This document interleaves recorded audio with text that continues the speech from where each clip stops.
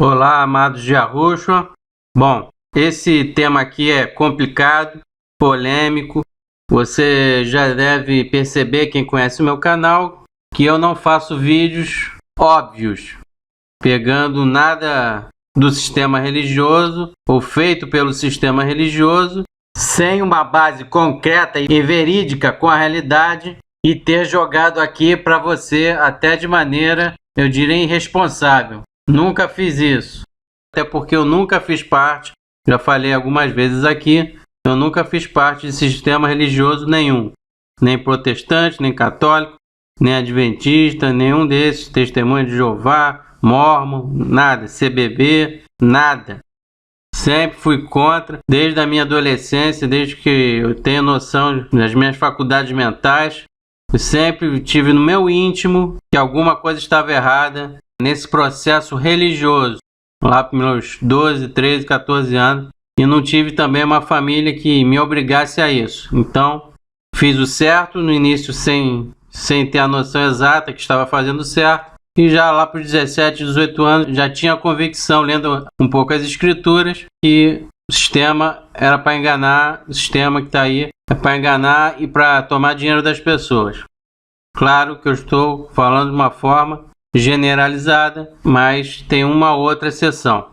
Então esse tema de fechamento da graça é complicadíssimo, porque o sistema, logicamente, vai falar que é na sétima trombeta, porque o sistema diz que o Jesus volta na sétima trombeta, ou depois das pragas, dependendo de qual religião. E você que conhece meu canal, já provei aqui para você sobre vários textos, sobre vários ângulos de ponto de vista, tanto no Apocalipse quanto os profetas do Velho Testamento, que a gente sabe que Jesus, o Mashiach verdadeiro, o Mashiach de Israel, o Messias da humanidade, ele volta no fechamento do sexto selo, depois do terremoto mundial que está em Apocalipse 6,16, mediante a entrada do sétimo selo e da primeira trombeta, que é uma chuva de meteoros caindo em 1/3 da Terra. Bom, eu vou te dar aqui alguns textos para a gente raciocinar junto e uma clara alusão do dia da expiação, e você vai entender por que é 1 ano de tempo do fim. E está tudo levando a crer, eu não vou afirmar aqui com segurança de 100%, mas vamos dizer aí, com 80%, eu estou convicto na base de 80%, que o fechamento da graça é no fechamento do sexto selo, que o ano final, que o ano das 7 trombetas é juízo, é só constatação de juízo pelo aquilo que você fez durante a sua vida toda. O que é sua vida toda? Desde que você tenha discernimento, uma pessoa que da adolescência para a fase adulta, até o resto da sua vida, até a entrada do sétimo selo, das 7 trombetas. Então, se eu tenho 20 anos, eu vou ser julgado pelo que eu fiz por ali, na minha adolescência até meus 20 anos. Se eu tenho 40 anos, da minha adolescência até os 40 anos. Se eu tenho 60 anos, da minha adolescência até 60 anos, por aí vai. E o ano final é uma constatação de que você fez durante o tempo que você teve aqui na Terra. Quanto mais tempo, obviamente, você viveu na Terra, mais tempo, por esse tempo, você vai ser julgado. Estou falando aqui para os vivos. Obviamente, se eu morrer agora, eu estou gravando dia 8 e dia 9 de junho de 2016. Se nessa data que eu estou gravando, e você que está me assistindo hoje, morrer, o meu juízo é até o dia da minha morte. Mas aqui eu estou falando de quem vai adentrar as 7 trombetas, o ano final. Não é todo mundo, obviamente. Quem adentrar as 7 trombetas vai ser julgado até aquele certo momento. Terremoto mundial, fechamento do sexto selo, ok? E é um julgamento físico. Nós vimos aqui nos profetas do Velho Testamento que é um julgamento físico, com especificações muito fortes sobre o povo de Israel, as terras do antigo Israel, mas também, obviamente, para os gentios. Há uma sequência inegável que desde a primeira trombeta até a sétima, a humanidade vai morrendo, vai diminuindo, uma redução populacional vai ser constatada, aumentando drasticamente e rapidamente durante esse ano. E isso é inegável, não só no Apocalipse, não só lendo o Apocalipse as 7 trombetas, mas no Velho Testamento. Só você ter o mínimo discernimento para ver que isso é real. Tanto que teve passagens aqui que ele fala claramente: vou ceifar o homem da terra. O homem da terra vai ser mais raro que o ouro de Ofir. Há uma grande redução populacional que estará em curso durante esse ano final. Não é à toa que também a Escritura fala que houve tribulação que jamais houverá, jamais houve, né, no tempo do fim, jamais houve e jamais haverá. Então, é muito sério isso. Eu faço aqui vídeo com responsabilidade e se eu não tivesse convicto que eu vou falar agora, dos textos que eu vou mostrar agora, que o fechamento é no 6º selo, eu não estaria fazendo esse vídeo. Se fosse para entrar no lugar comum das religiões cristãs e falar que para você que é na 7ª trombeta, que é a volta de Jesus, se eu tivesse esse pensamento, não tinha necessidade de fazer o vídeo, ok? Então vamos aos textos que está levando a crer, tudo levando a crer, que o fechamento da graça não é na 7ª trombeta, e sim no fechamento do 6º selo, mediante ao terremoto mundial e a volta do verdadeiro Mashiach. Bom, antes de começar, aquele versículos do Apocalipse 7, onde são assinalados 144 mil judeus israelitas de 12 tribos, ali é preservação física. Aí na tela é preservação física até a 7ª trombeta. Não quer dizer que é assinalamento só para salvação. Não quer dizer que está todo mundo assinalado. O resto do mundo também está sendo assinalado. A gente não pode pegar esse versículo e dar essa interpretação. A interpretação correta é preservação física aqui. Esses versículos não dão base para isso, ok? Vamos ver os que dão base para dizer que eu vou dizer, que a porta se fecha antes de começar as trombetas. Vamos começar com Mateus 24, que eu já fiz esse capítulo inteiro, mas eu quero destacar 2 pontos. Bom, Mateus 24 fala sobre o tempo do fim, na narrativa do nosso Messias, e lá para o meio, para o final, tem 2 citações importantes em versos. Ele diz que muitos profetas, falsos profetas, enganarão a muito e se multiplicará esses falsos profetas dentro desse ano final das trombetas. Mas no verso 13, ele diz: mas aquele que perseverar até o fim, esse será salvo. Aqui cabe margem a várias interpretações. Aqui nesse versículo, nós vamos ver todos os outros que não, mas nesse aqui cabe. Porque aqui pode ser fim literal, depois das pragas, das 7 pragas da prisão de Satanás por 1000 anos, como também pode ser fim ao fechamento do 6º selo e a entrada do 7º selo com as 7 trombetas. Como também pode ser fim, o fim da pessoa, fim da vida física. O cara pode morrer na 1ª, 2ª, 3ª, 4ª ou a partir da 5ª trombeta com a perseguição do anticristo, o exército da nova ordem mundial. Então aqui não está dizendo especificadamente qual é o momento exato do fim. Na minha interpretação, é o fim de cada pessoa, o fim da vida física de cada pessoa. É a interpretação, na minha visão, mais correta. Mas já lá para o final, no Mateus 24, verso 24, o que ele fala? Porque surgirão falsos cristos e falsos profetas, e farão tão grandes sinais e prodígios que, se possível fora, enganariam até os escolhidos. Se possível fora. Quer dizer que naquele momento, esses sinais desses falsos cristos e falsos profetas enganariam, se fosse possível, os escolhidos. Quer dizer o quê? Raciocínio lógico, já está escolhido. E ele fala aqui do dia inteiro, ele não está focando aqui uma trombeta ou a perseguição do anticristo, não. Ele cita o abominável da desolação de Daniel, que é o papado perseguidor, é a união do Estado com a religião católica para perseguir quem for contra as doutrinas dessa igreja, mas no texto em si, todo ele não especifica nenhum momento crucial de trombeta nenhuma. Então equivale para o ano todo. o tempo do fim todo. Então, na minha visão, não é possível porque já está escolhido. O texto aqui é de uma interpretação muito clara e também lógica. Bom, em Coríntios 1, capítulo 1, nós temos o quê? Falando também do tempo do fim, numa certa parte do texto. Então ele fala o quê? Que de maneira que nenhum dom falte ao cristão, esperando a manifestação, a revelação de nosso Senhor Jesus Cristo, nosso Yahushua. Verso 7. No verso 8. O qual vos confirmará também até ao fim, para seres irrepreensíveis no dia de nosso Senhor Jesus Cristo.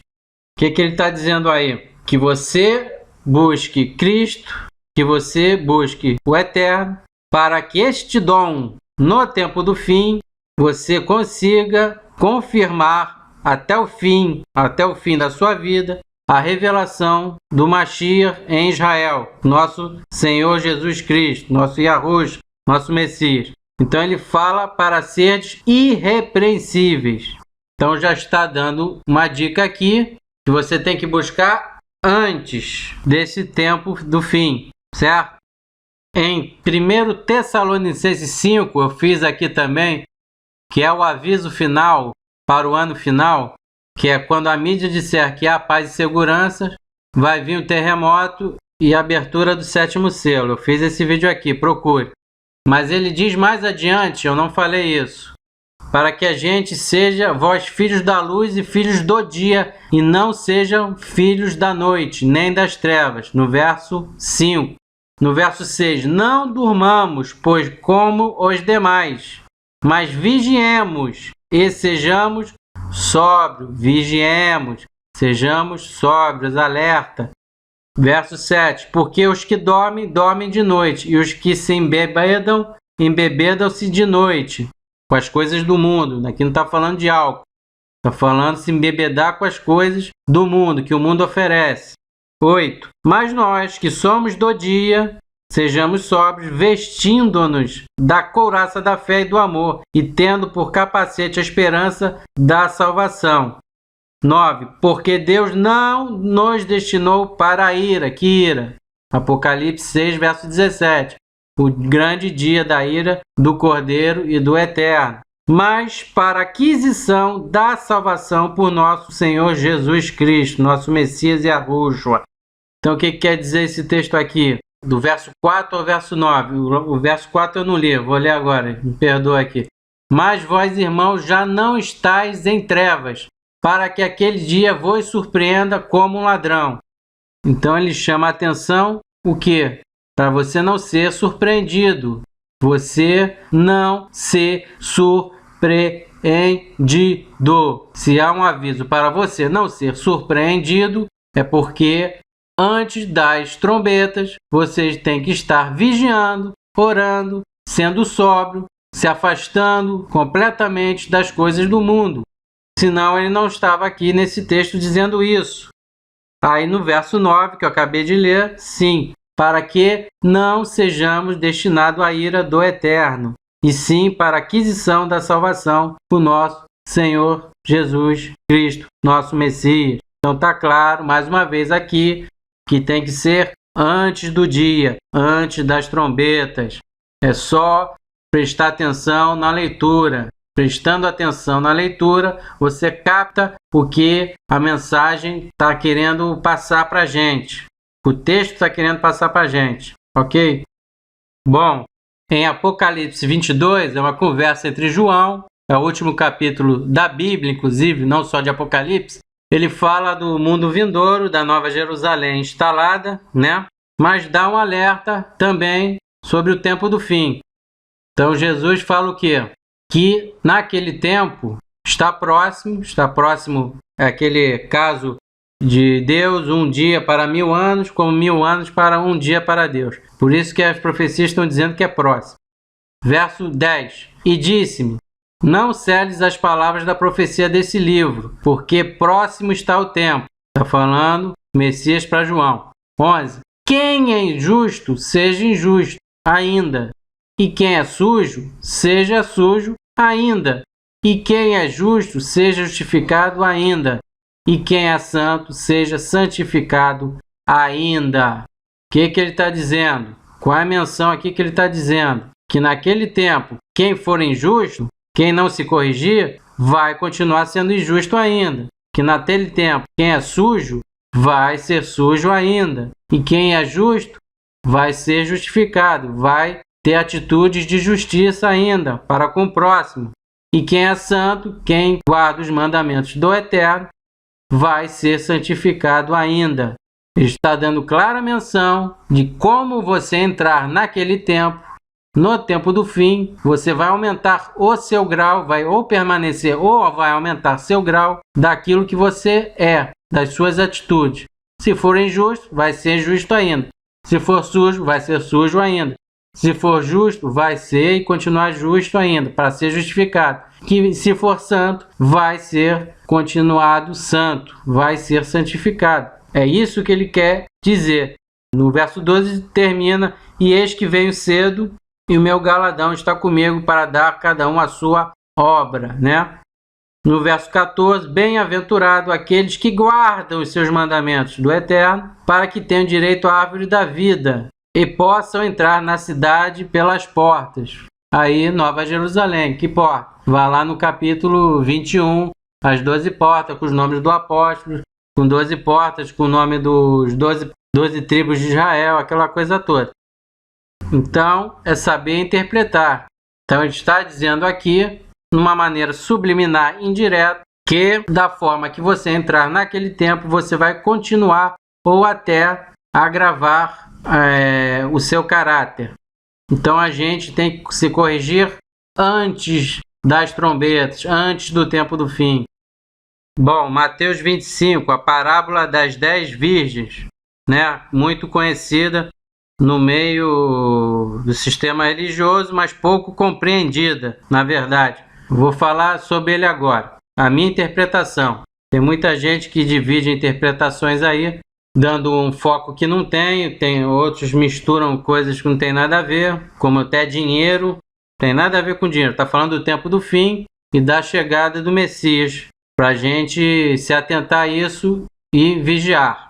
Bem, virgens aqui é um espelho de como se fazia, né, no povo judeu das 12 tribos, uma virgem que era prometida a casamento com um rapaz. Ela, antes de coabitar com ele, tinha encontros consensuais assim entre as duas famílias, essa coisa. Ele faz uma parábola em cima disso, como as virgens sendo a igreja, a noiva, e o noivo sendo o Machia, o nosso Jesus Cristo que a gente conheceu, que está na Bíblia. Então ele fala: então o reino dos céus, verso 1, será semelhante a 10 virgens que, tomando as suas lâmpadas, saíram ao encontro do esposo. Então, as 10 virgens é a gente, a igreja, de Apocalipse 12, e o esposo é o Machia. Lâmpadas é a justiça, é a lei do Eterno. Tem no Salmos aí, 119, se eu não me engano. O número de 10 não significa nada. É metade, 50% vai se perder e 50% vai se salvar? Não tem nada a ver. É uma alegoria que não diz substancialmente que seja 50% para cada lado. É um grupo de um lado e um grupo de outro. No Apocalipse 12 fala que a igreja é remanescente. Então eu não acredito que não chegue nem a 50% que vai ser salvo no tempo do fim. É remanescente. Então no verso 2, e 5 delas eram prudentes e 5 loucas. As loucas, tomando as suas lâmpadas, não levaram azeite consigo. Azeite na escritura, de modo espiritual, é o Espírito Santo. Não carregaram o Espírito de santificação consigo para o tempo do fim. Verso 4, mas as prudentes levaram azeite em suas vasilhas, com as suas lâmpadas. Foram se santificando, foram buscando o eterno. É isso que quer dizer. Verso 5, e tardando o esposo, tosquenejaram todas e adormeceram. É o que a gente está vivendo agora. Muita gente está com essa troca do Papa, com o sétimo rei. Houve aquele tumulto todo aqui no YouTube sobre as trocas do Papa. Uns se apostataram da fé completamente, viraram até ateu. outros ficaram naquela, ainda alguns meses depois de assumir o argentino, o Mário Bergoglio, o Papa, entre aspas, Francisco, e outros estão atentos.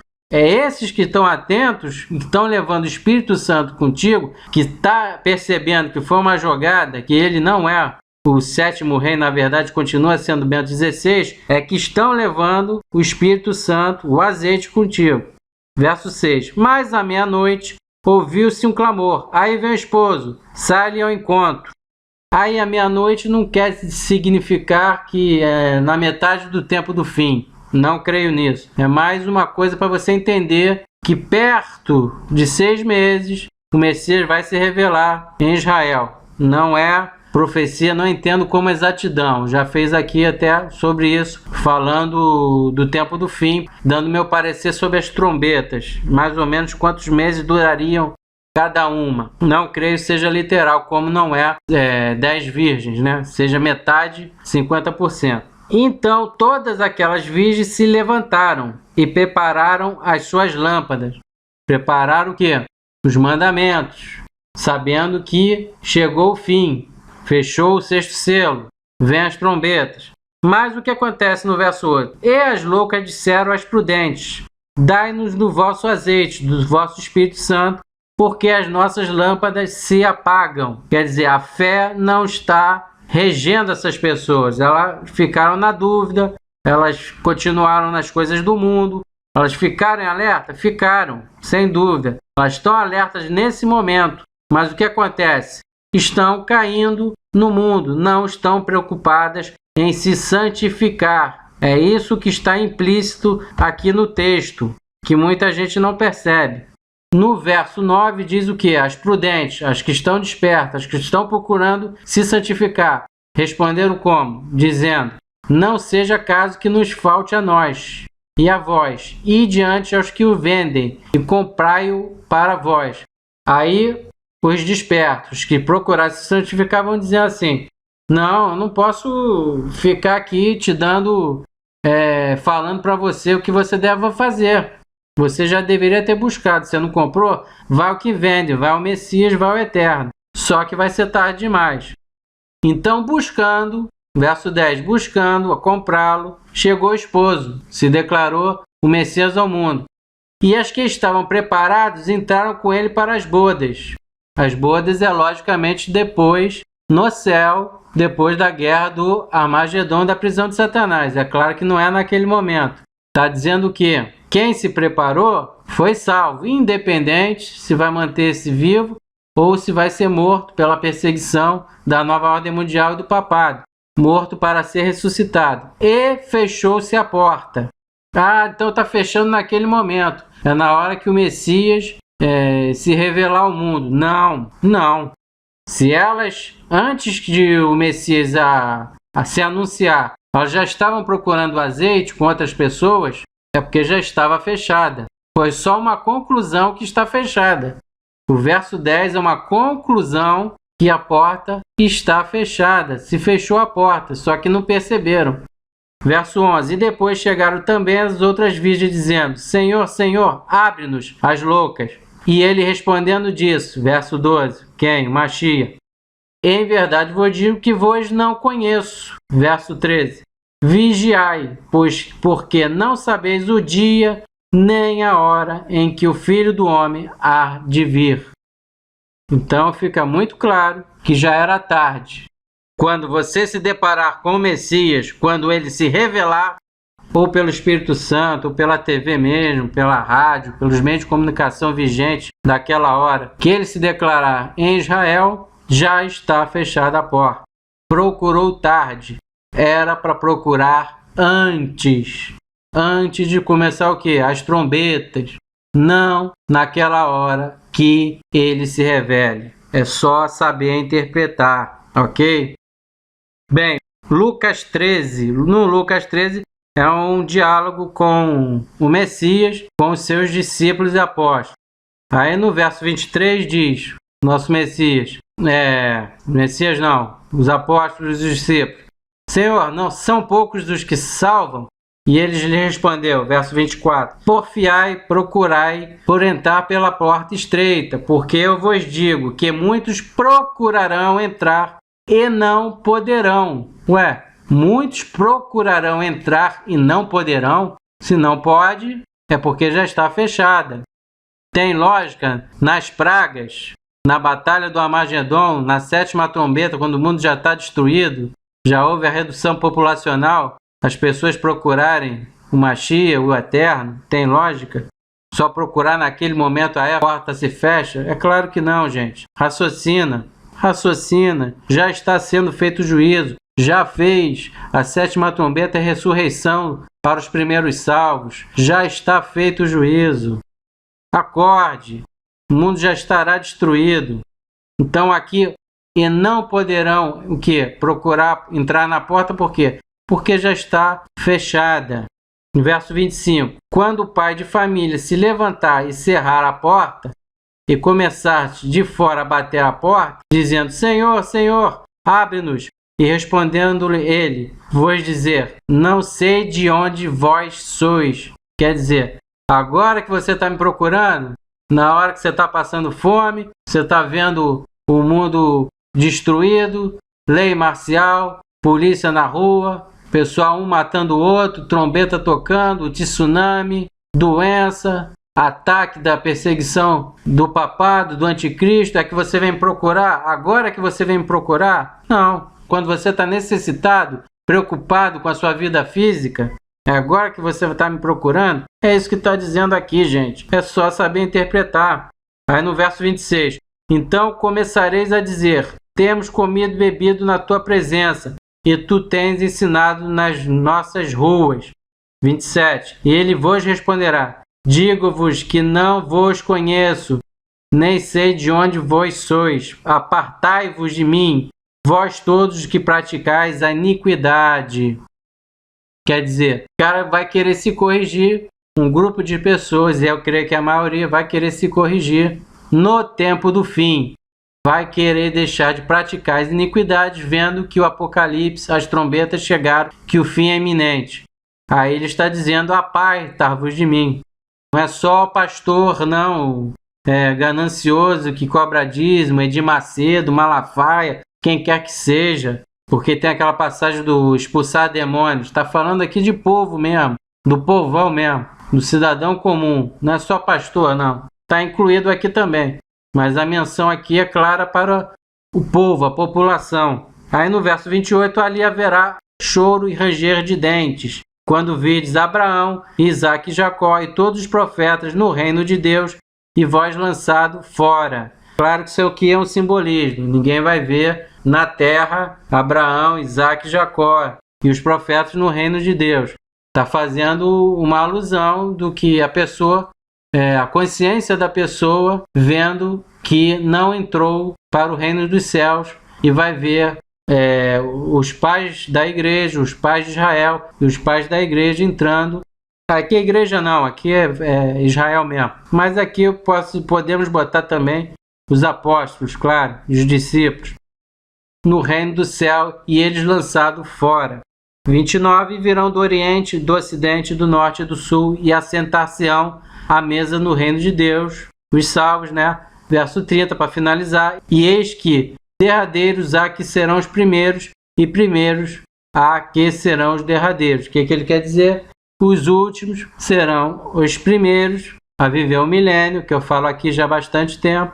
Os primeiros salvos serão os primeiros a viver o milênio, e os primeiros, e os que forem até ante a grande tribulação, a perseguição, o decreto de perseguição, vão ser os últimos, vão ressuscitar pós-milênio. Tem que ver outros vídeos meus para entender claramente o que eu estou querendo dizer, não vou explicar isso agora. Bem, por último, Lucas 21, ele é bem semelhante ao Mateus 24 que eu fiz, com algumas diferenças. O 24 de Mateus é mais completo, mas tem aqui uma coisa interessante que não tem lá. Então, Lucas 21 fala de terremotos, reino contra reino, tudo que aconteceria na última geração, de 1948 para cá. Mas no verso 29 ele fala, nosso Messias. E disse-lhe numa parábola: olhar para a figueira e para todas as árvores. Quando já têm rebentado, vós sabeis que vós mesmos, vendo-as, que perto já está o verão. 31. Assim também vós, quando vides acontecer essas coisas, sabeis que o reino de Deus está perto. 32. Em verdade vos digo que não passará essa geração até que tudo aconteça. De 48 para cá, uma geração é 70 anos. Verso 33. Passará o céu e a terra, mas as minhas palavras não hão de passar. 34.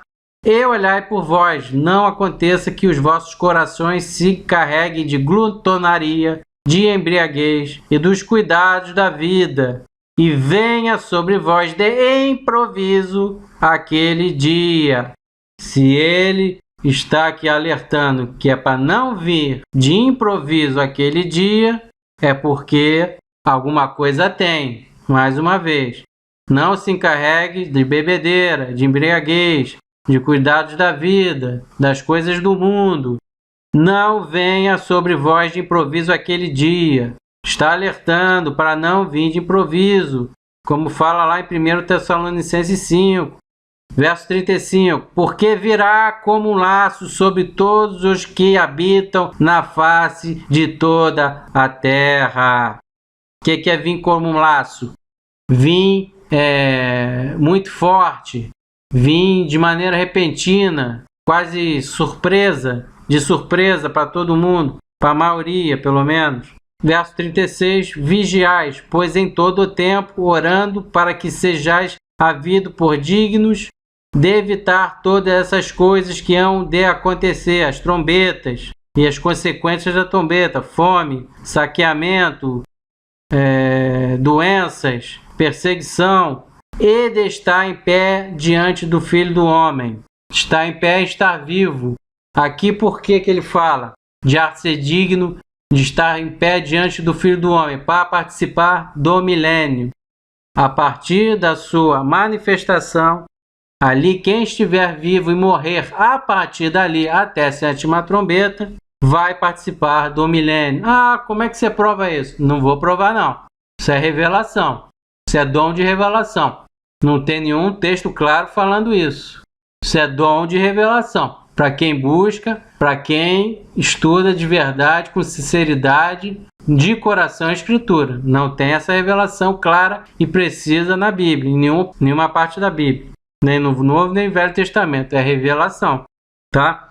Então aqui ele fala para que você não seja surpreendido sobre aquele dia. E que ore na entrada daquele tempo, para que consiga chegar depois da quinta trombeta, onde ele se manifestará depois do decreto de perseguição do antimessias, conjunto com o falso profeta, que a gente não sabe quem é ainda. Ok?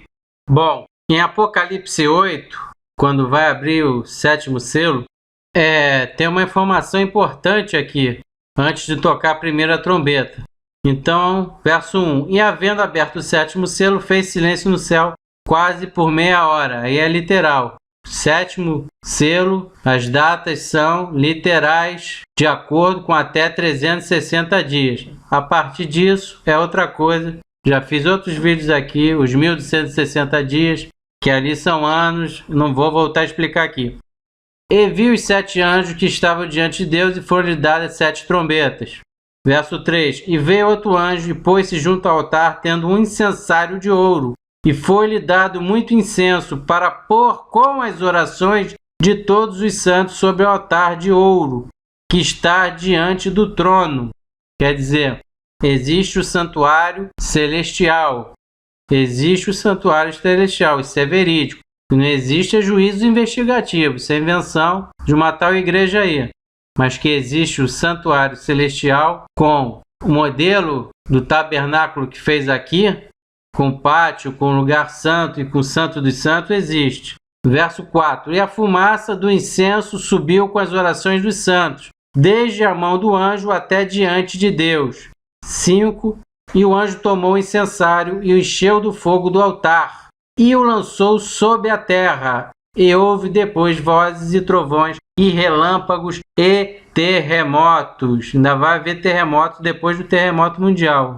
acredito que seja de baixa escala. Mas o interessante aqui é que o modelo do santuário terrestre existe no céu, e este procedimento do verso 3 ao verso 5, antes de tocar a primeira trombeta, ele está muito ligado com esse santuário terrestre da velha aliança. Eu vou botar aqui um vídeo para vocês de um colega, o canal vai estar aí, inscrito embaixo inferior da tela, em agradecimento a esse canal. Assistam um vídeo de 9 minutos, muito bom, muito interessante, está correto o vídeo, sobre o dia da expiação, chamado também de Yom Kippur. E veja esse relato que está nesses 3 versos com o vídeo. Observe isso.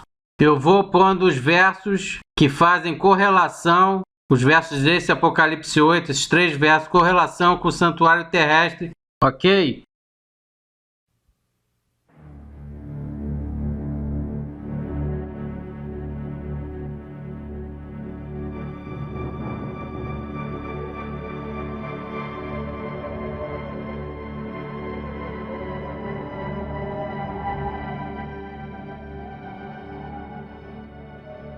The ancient writings from the Old Testament book of Exodus tell us that God directed Moses to build a tabernacle so he could dwell among his people.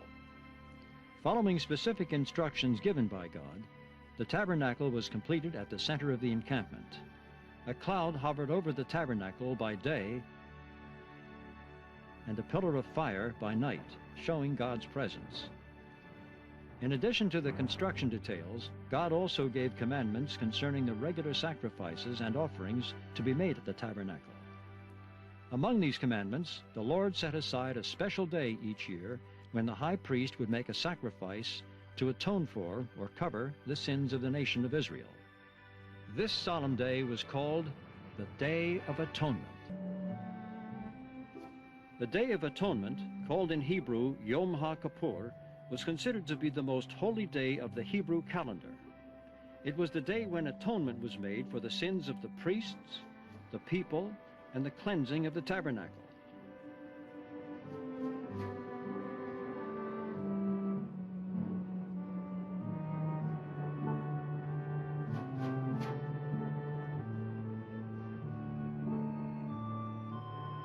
Preparations began early in the day. Everything needed to be ready and at hand, since this special ceremony was carried out by the high priest alone. On all other days, the high priest wore his full ceremonial dress made up of 8 separate pieces of clothing, which distinguished him from other priests. But on the Day of Atonement, he removed the decorative clothing and wore only the 4 white linen garments of a priest. This expression of humility further illustrated the fact that this day was different. When the high priest was ready to officiate, everyone, including the other priests, left the tabernacle and courtyard area. The people realized that for the whole nation of Israel to receive the benefits of the ceremony, it had to be performed through the ministry of their highest anointed individual, and him alone. Although the people were not permitted to enter the tabernacle courtyard, they gathered at the gate to catch a glimpse of what was happening. There was a certain anticipation in the air on this Day of Atonement. It marked a new beginning for each person as past sins were forgiven through the shedding of the blood of the sacrifice.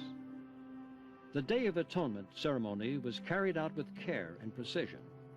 Each aspect was performed with the utmost reverence according to God's specific instructions.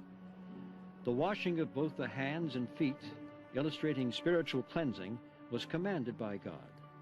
This physical and spiritual cleansing was repeated several times throughout the day. Once cleansed, the high priest went to the gate to receive the animals required for the sacrifices: a bullock, 2 goats, and a ram.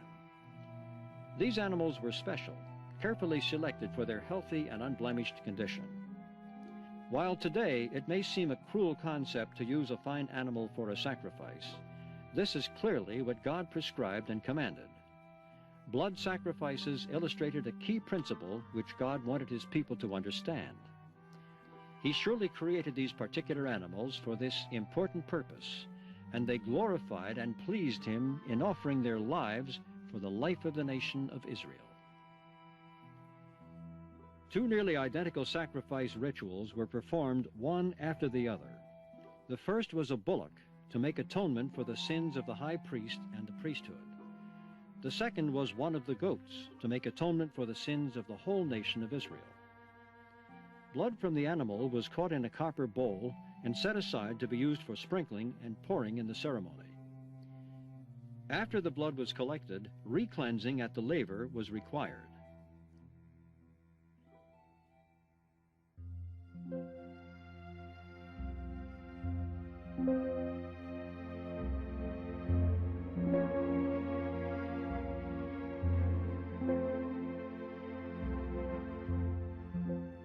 The high priest would then take hot coals from the brazen altar and place them on the incense altar in the holy place.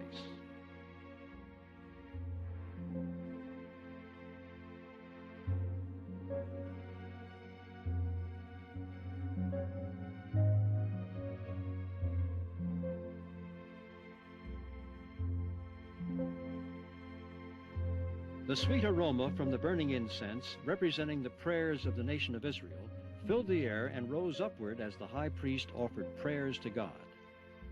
The high priest would have recited several selections from a collection of 18 ancient prayers, such as, "Hear our voice, O Lord, our God, and spare us, and show mercy upon us, and accept in mercy and in grace our prayer.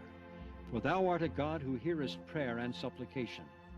Let us not return empty, O our King, from before thy face.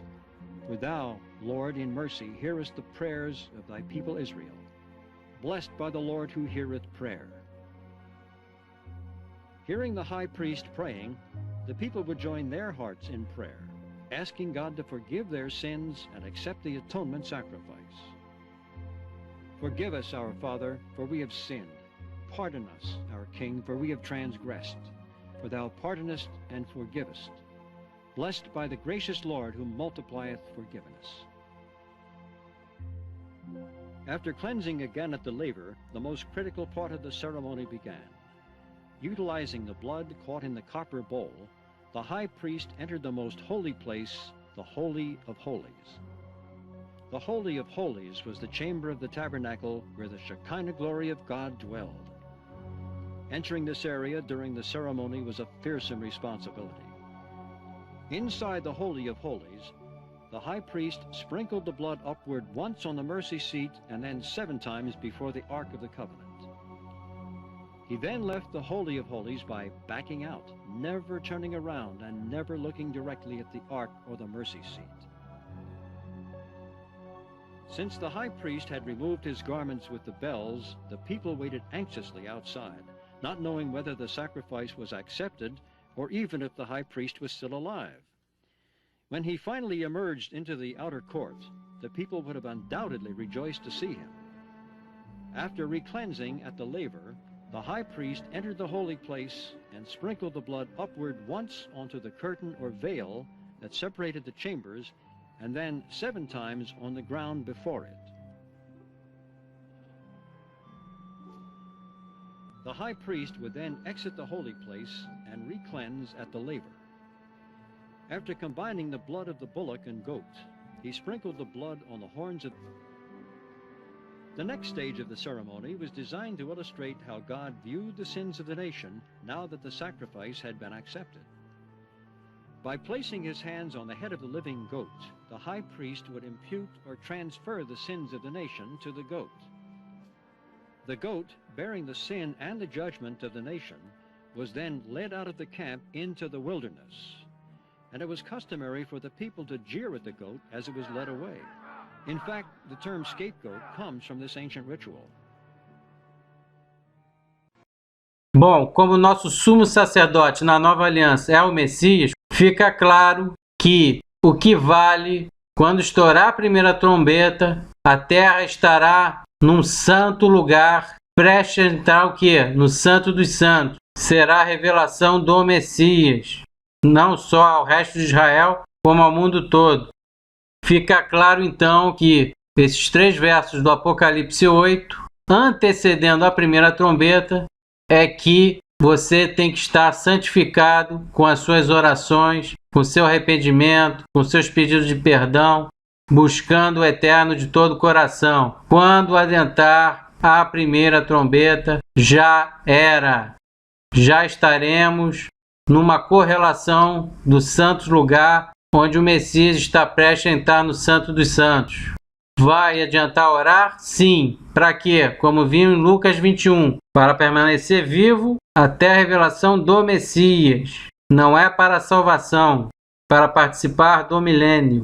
As orações de salvação, para a salvação que faz parte, para a sua santificação, é antes de chegar aquele grande dia, o tempo do fim, as 7 trombetas. Ok? Está claro com essa correlação entre o santuário terrestre com o tempo do fim. Se você não entendeu, eu não posso fazer nada, mas para mim está claro.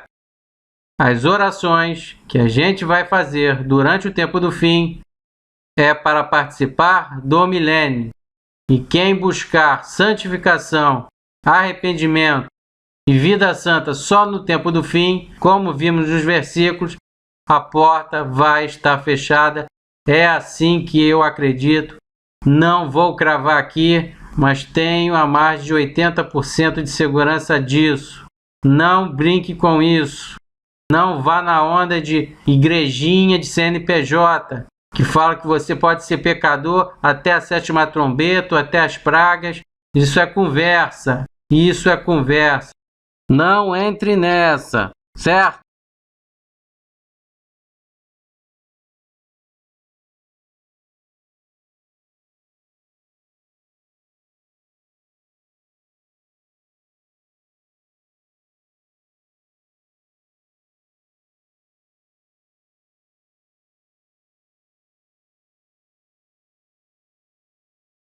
Eu quero agora fazer você refletir, raciocinar. Bem, por que está tudo na Escritura?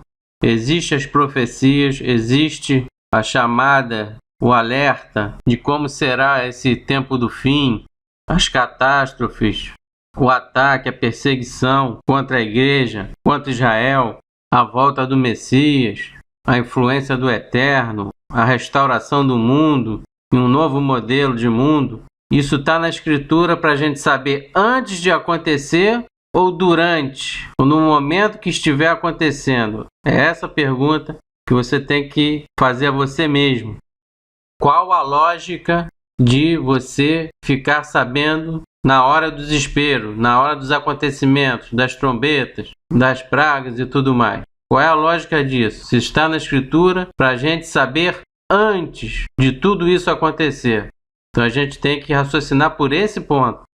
E qualquer pessoa sensata que usa a lógica, o bom senso, vai me responder que se está na Escritura é para saber antes que tudo aconteça. Então a gente tem que pensar de uma maneira lógica, racional sobre essa questão. Seria muito fácil, seria muito cômodo, estourando a primeira trombeta, meteoros, chuva de meteoros 1/3 da Terra, tsunami na segunda trombeta, mais meteoro, aí vem a fome, vem a escassez de alimento, vem peste, doença, perseguição, saqueamento, revoltas nas ruas, lei marcial, o mundo entrando em caos. E naquela hora que você começa a se conscientizar que realmente o apocalipse descrito neste livro está acontecendo, você procurar Deus, você retornar às Escrituras, rever o que você fez de errado na sua vida ou não. Seria muito cômodo, na hora do desespero, na hora do pega para capar, vamos dizer assim, você buscar Deus, onde vendo que o mundo está entrando em colapso, e mortes e a destruição acontecendo dia após dia. Aí fica cômodo, né? Fica fácil voltar a Deus na hora que está vendo a morte chegar. Então, se está na Escritura, a gente tem um exemplo do Velho Testamento, Deus enviando os profetas para que Israel e Judá se arrependessem dos seus pecados, senão iam viver em cativeiro, como viveram em Assíria e Babilônia, né? As guerras todas. Foi tudo avisado antes e o povo não deu bola. A mesma coisa vai acontecer agora. Estamos sendo avisados. de todas as formas, na mídia, em filmes, em músicas, nos discursos dos políticos, nas leis, em todos os movimentos contra os valores que o Eterno botou pra gente, feminismo, gaysismo, LGBT, aborto. Então, gente, está muito claro. É muito fácil, seria muito cômodo voltar-se a Deus, se arrepender dos pecados, buscar uma vida de santificação na hora que você está vendo concretamente o Apocalipse, as trombetas do Apocalipse, vendo acontecer diante do seu rosto, diante da sua face. Então vamos raciocinar, vamos nos santificar agora, vamos buscar o Eterno que não buscou agora. Eu também estou fazendo isso. Não estou aqui dizendo que estou 100% santo. Eu estou dizendo para mim e para todo mundo. Não vamos deixar a primeira trombeta estourar. A porta fatalmente estará fechada. Acorda. Fatalmente estará fechada. Eu estou dizendo isso com quase absoluta certeza. Na casa de 80%. Eu estou aqui te chamando a atenção. Não deixe, como eu estou vendo alguns irmãos que se diz que estão em Cristo, que acredita em Deus, que acredita nas Escrituras, mas está deixando as profecias para lá, a revelia. Acorde, é hora de buscar agora. Não podemos deixar a gente ter essa comunhão com o nosso Eterno e com o nosso Messias quando a primeira trombeta estourar, ok? Ah, irmão, você está criando pânico, você está criando desespero, você está criando o quê? Está criando pânico nos outros? Estou criando nada. Estou demonstrando aqui que fatalmente a porta estará fechada. Ah, então a gente vai viver esse último ano como teatro, fazendo teatro, já está decidido. Não, vai ser o filme, vai ser o espelho daquilo que você fez da tua vida, daquilo que você quis e espelhou para a sua vida, de valores, de atitudes. Não é questão de, vai ser um teatro. Já está decidido e da maneira que você encarou a sua vida, o seu propósito aqui na Terra, isso vai se transfigurar ao longo desse período, podendo morrer logo de cara na primeira trombeta, como chegar até perto da sétima trombeta. Isso aí, quem decide é o Eterno, como vai ser, de que modo vai ser, em todos os seus detalhes e tudo mais. Não estou preocupado com isso, estou preocupado é que você acorde e veja que não podemos esperar as trombetas tocarem, ok? Então esse assunto aqui eu termino por aqui. Fica a seu cargo refletir sobre o que eu falei, o que eu te mostrei ou não, certo? E antes que alguém me pergunta no comentário aí, como é que é juízo final? Como é que é juízo final de quem está vivo e vai haver sobreviventes? Bom, você vive no estado laico, praticamente 90% cristão, onde você tem acesso a vários tipos de Bíblia e você tem condições de ler, condições de estudar a hora que você quiser, o tempo que você quiser. Você não está na China, na Coreia do Norte ou num país muçulmano que proíbe ter Bíblia. Você vive num país laico, onde você pode ser ateu e até satanista. Você não está na ignorância. Você tem todas as condições de saber a verdade através de um livro chamado Bíblia, ok? Bom, gente, termino por aqui o vídeo de palavras de evangelho, algumas coisas que eu quero falar sobre o evangelho. Eu vou fazer, eu acho importante falar alguns tópicos, até porque o Novo Testamento é muito mais espiritual do que carnal. E tô vendo gente aí até que pregava o Novo Testamento e agora está dizendo que o Novo Testamento não vale nada, que é tudo criação de Roma, da Igreja Católica. Então é muito complicado isso. Eu vou dar uma palhinha, vou tentar aqui mexer na câmera, ficar com uma imagem boa, que ela não está com uma imagem boa, mostrar a minha face. Está terminado o trabalho mediante a esse vídeo que eu vou fazer. Esse vídeo eu vou fazer com calma, um dia ali, um final de semana ali. Pretendo postar lá por agosto, setembro, não sei. Eu vou fazer com calma, ok? Uma das coisas é desmistificar algumas coisas que também foram criadas na internet, que foram tacadas para a religião e não são. E um famoso versículo também, que está em Atos 7, na passagem de Estevão diante dos fariseus, quando diz que o Criador não habita em templos feitos por mãos humanas. O que aquilo quer dizer exatamente? Será que estão pregando na internet? É com essa exatidão que estão pregando na internet? Eu vou levantar aqui uma bola aqui para vocês. Será que é isso mesmo? Então eu vou fazer esse vídeo. Não vou dar data nenhuma. Só consegui fazer esses 3 vídeos, né? Do ano final do Dia do Senhor e esse da graça. Mas esse daí, de palavras do Evangelho, eu vou fazer com mais calma. Se fizesse, é fazer correndo e mal feito. E eu não vou aqui fazer trabalho mal feito, ok? Então, um grande abraço. Fique na paz de Arrucho. Que o Eterno nos ajude. A novidade veio dar à praia, na qualidade rara de sereia. Metade o busto de uma deusa maia, metade o grande rabo de baleia. A novidade era o máximo do paradoxo estendido na areia. Alguns a desejar seus beijos de deusa, outros a desejar seu rabo pra ceia. E a novidade que seria um sonho, o milagre risonho da sereia, virava um pesadelo tão medonho. Ali naquela praia, ali na areia, a novidade era a guerra entre o feliz poeta e o esfomeado, estraçalhando uma sereia bonita, despedaçando o sonho pra cada lado.